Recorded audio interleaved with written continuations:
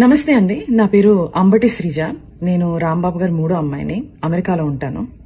అయితే నేను మీ అందరి ముందుకు ఎందుకు వచ్చానో మీకు ఈ పాటికి అర్థమై ఉండాలి. మా ఇంటి మీద 3 రోజుల క్రితం పెద్ద దాడి జరిగింది. అయితే ఈ దాడి ఎలా మొదలైంది?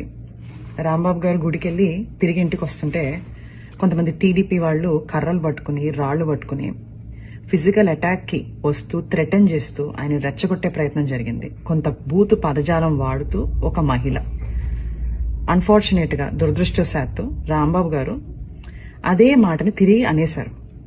ఆ స్పర్ ఆఫ్ ద మూమెంట్ లో ఇంటికి వచ్చారు, రియలైజ్ అయ్యారు, ప్రెస్ మీట్ పెట్టారు.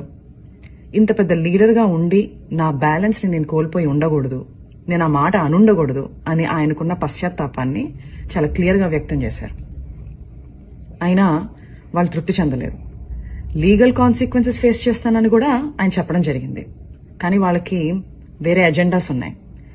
టీడీపీ గూండాలు తండోపతండాలుగా 9 నుంచి 10 గంటల పాటు నిర్విరామంగా మాట అన్న మనిషి మీద అటాక్ మాత్రమే కాదు, ఆయన కుటుంబం మీద, ఏమీ తెలియని రాజకీయాలతో సంబంధం లేని మా మదర్, మా సిస్టర్స్, వాళ్ల పిల్లల మీద అటాక్ చేయడం జరిగింది.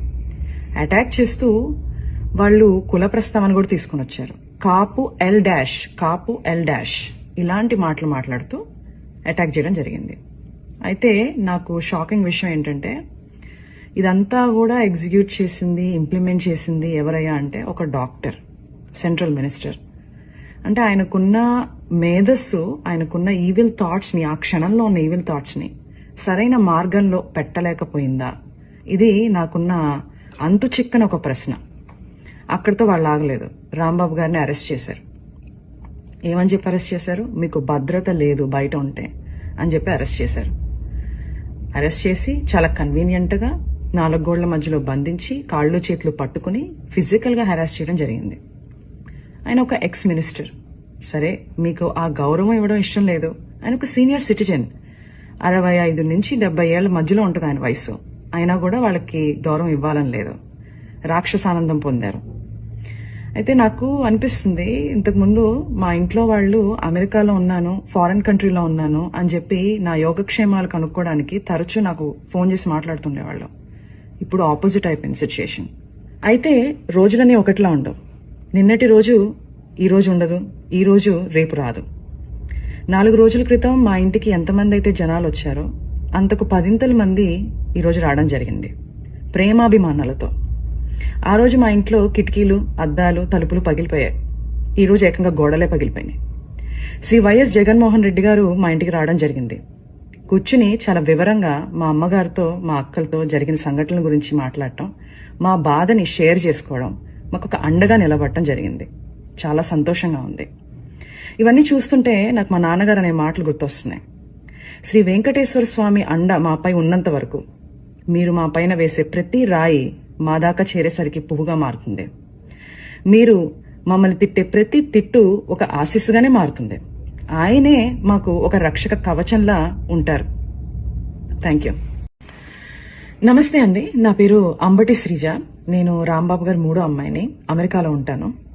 అయితే నేను మీ అందరి ముందుకు ఎందుకు వచ్చానో మీకు ఈ పాటికి అర్థమై ఉండాలి. మా ఇంటి మీద 3 రోజుల క్రితం పెద్ద దాడి జరిగింది. అయితే ఈ దాడి ఎలా మొదలైంది?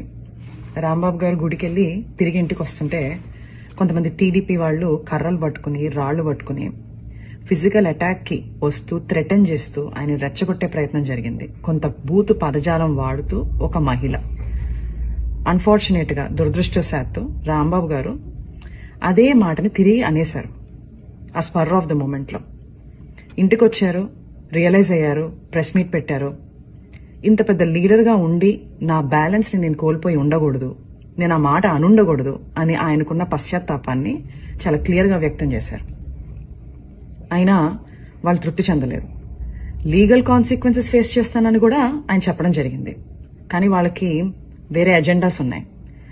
టీడీపీ గూండాలు తండోపతండాలుగా 9 నుంచి 10 గంటల పాటు నిర్విరామంగా మాట అన్న మనిషి మీద అటాక్ మాత్రమే కాదు, ఆయన కుటుంబం మీద, ఏమీ తెలియని రాజకీయాలతో సంబంధం లేని మా మదర్, మా సిస్టర్స్, వాళ్ల పిల్లల మీద అటాక్ చేయడం జరిగింది.